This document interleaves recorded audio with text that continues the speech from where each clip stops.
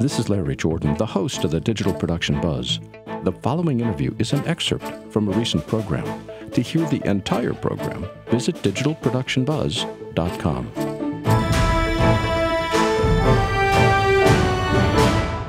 Ever. Justin Thomson is an actor. He's a filmmaker, and he's the founder of Ashridge Films. He has over 20 years' experience in the industry, but he's never attended the NAB Show, nor has he ever attended the SuperMeet. If you can believe, people like this still exist. So tonight, we want to chat with him about his experiences and what he's learned at both these events that applies to young filmmakers. Hello, Justin. Welcome back. Greetings. Hi, Justin.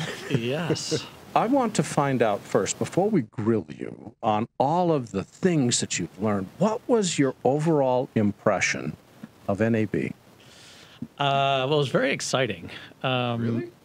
Yeah, no, I loved it. I think it's... Actually, my first one was very exciting, too, but go ahead. Being an NAB virgin, the only thing that I found disappointing is I thought there'd be some sort of, like, initiation thing, like Burning Man has. You just walk through the front door and you're initiated. Yeah, I mean, but I thought, like, we'd have to run a gauntlet, like, naked with just our name tags, and that was it, that you'd be part of it. But, no, there's a very unique experience where, you know, when those doors open, there is this huge flood of people because they want to know what's on the cutting edge of the industry, what's out there, what's next. I thought it was amazing. I thought it was really, as a filmmaker, it's not only important to see what the technology is that's coming up, but it's meeting the people that are behind it and just spending face time so you can, you know, understand where the future of the whole industry is going. Did you have anything that you specifically wanted to see before you even got through the doors? You. You. It was you. Good answer. You poor guy. I'm so sorry. Microphone is working. By the way, if it's not working, guys, you can come in here. This is a live show, and we can just make the thing work. Or we could share. I'm willing to share. Yeah, all right. We'll go back and forth. No, I'm getting notes that says the mic's not working. Oh. Which doesn't matter because nobody ever listens to me anyway. You're married to this microphone. So talk to Larry, and I'll just sit back and... It just looks so pretty. That's exactly. So, before you walked into NAB, I'm sure people had told you that it's an overwhelming experience, and it truly is. But what were you expecting before the doors opened and you saw the show for the first time? What was I expecting? I didn't have anything particular. I wanted to be a totally open book. I knew that there were going to be amazing gizmos. So, you know, people like us who, you know, it's almost like porn, basically. You're walking around, you're like, oh my God, I love this. I want to look at this. I want to touch it. Can I play? I mean, you know, Shotover had that incredible aerial rig, which is, you know, it's a $500,000 rig just without the camera included. You know, they're competing with Cineflex. And, you know, you get to play around with this stuff. It's awesome. And not everybody gets to do that every day. It's an exciting One of my expo. favorite sections was the helicopter section, not drones, but where they've got actual news helicopters, and then the Belgian. Well, actually, it's in the back of Building C. They've moved it outside, but it used to be in the back of the Central Hall. And then they had $6 million remote trucks, just the tractor trailers. Yeah. And I called my wife. I said, Jane, I have to buy a helicopter. Now, she's very smart. She did not say no because she knows that I would have figured out a way to buy the helicopter. Instead, she says, Larry, where are you going to park it? Minor detail. At that point, she had won the argument because I couldn't park it in the backyard. So that space in the RV lot just doesn't work for a helicopter. That's right. Now that you've attended NAB, what are some of the highlights that stick in your head? There are a few. There was something called SuperMeet. Are you familiar with it? Hold SuperMeet. Did you actually go to that? I didn't. Well, because I'm always backstage, so I never get to see anybody. Hold the thoughts on SuperMeet. I want to come back. I want to talk NAB for just a second. Sure. So I find both because I consider them hand in hand. At NAB, I found, of course, obviously the drone section this year in particular was incredible. Yeah, it was really amazing. Because you never got up there, right? It was this big sort of cage. Yeah, netted kind of thing where the drones would be flying around while people would be talking about them. I was just hoping to see like 50 drones just flying. And crashing into each other. Drone battles. Yeah, exactly. Drone battles. That would have been wonderful.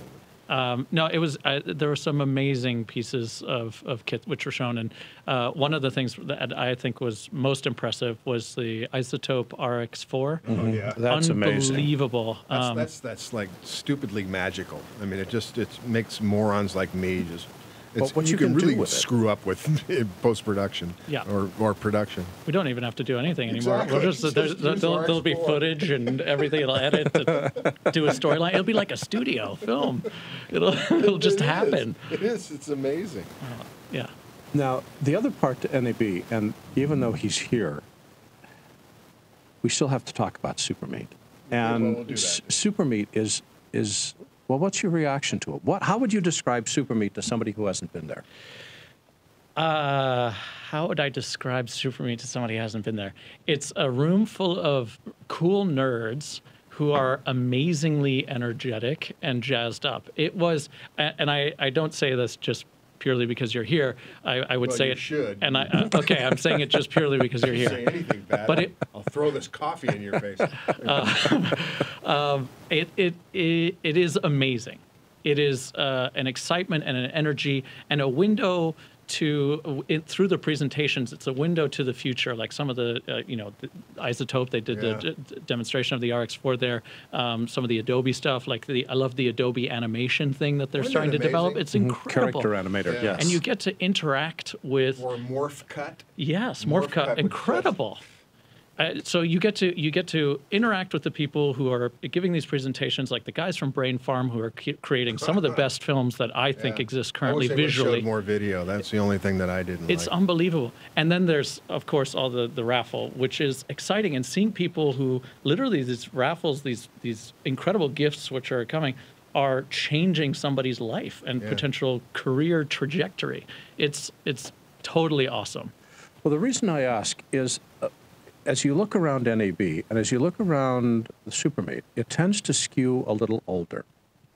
And for young filmmakers, they say, why should I even bother to go? It's just a trade show.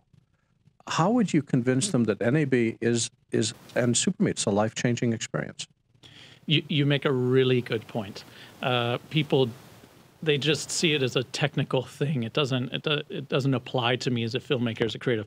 But these are the tools that we use in order to make the films. And the better understanding you have it, the more you can push the possibilities of getting your vision across and telling a story. It's crucial to do it. And you have to also develop the relationships in person with those people who create the products in order to give suggestions. I mean, I gave some suggestions for people who develop sliders and jibs. It's like, well, anyway, combine those things. It's an idea of a possibility for brainstorming. It's not just a trade show. Yeah, there's nothing like face-to-face. And it's totally. we tend to spend our lives virtually. Yeah. And you and I do. My son, who's 25 years old, has gone to NAB a couple of times now, and he's an editor, and he's getting more out of those face-to-face meetings than he would from all this virtual stuff that he meets and sees on the websites and things like that. And that's the big difference. And you do have to force yourself, and you do have to have a few bucks to go to Vegas. So and a lot of millennials don't. So that's the way it is. But you make a good point. I mean, you're also going to Vegas. Like, why would you not want to go? It's like and there's some incredible parties. AJA threw an unbelievable party. Did you go to that one? I did. It Oh, was man. at Dre's. See, I'm too old to go to that party. They won't let me in. No, it was. Larry and I, we went together one time. They wouldn't let us in. It was how you were dressed, Michael. I think that was it. They said, well, they saw your gray beard and they saw my gray hair. They said, nah, you're too old. We couldn't get past the ropes. It's only because they didn't want you to show them up on the dance floor. That's why. Exactly. White men can dance. Okay. As you look at NAB and think of the toys and tools that you saw there, how would what you saw change your life as a filmmaker? What's going to change your creative vision?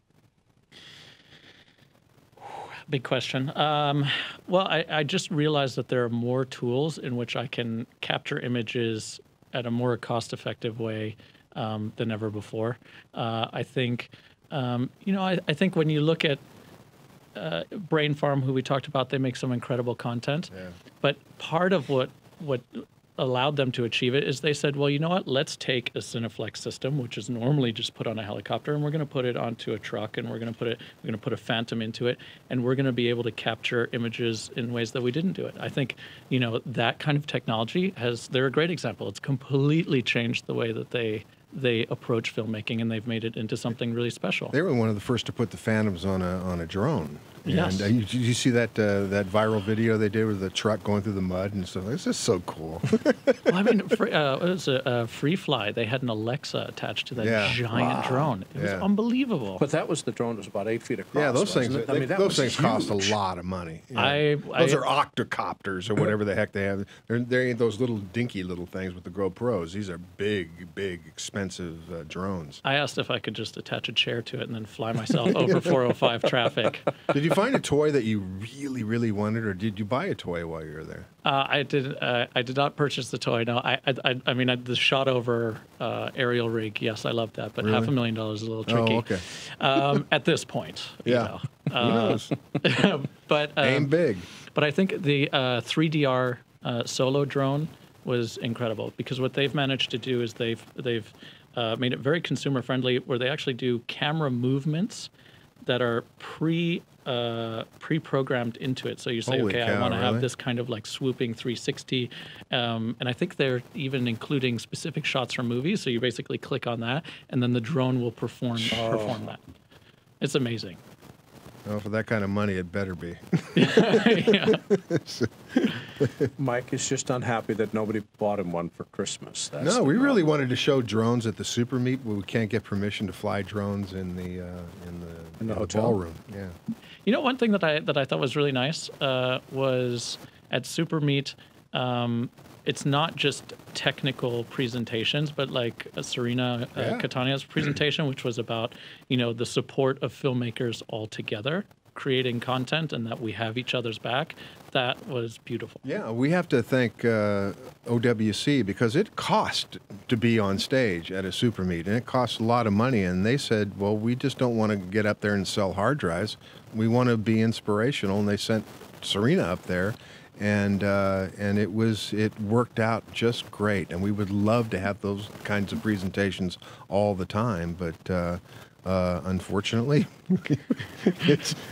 they do have to sell product every once in a while. But it's user-driven. That's the difference. It's not marketing-driven. It's user-driven. You know, a user will get up there and say, "This is what works for me. This is how I did it, and this is how it solved my problem." And that's kind of the difference between a SuperMeet and a lot of other presentations you see. Because one can identify with it Yeah, exactly. I'd rather listen to a user than a marketing guy. any day. Right, I think right, it's awesome. Larry? Well, I think most of the time that's correct, because if all Although you're doing marketing guys know their stuff. if all you're doing is just pitching the product and not pitching the benefit of the product, then that's no value. But I've listened to a lot of users talk.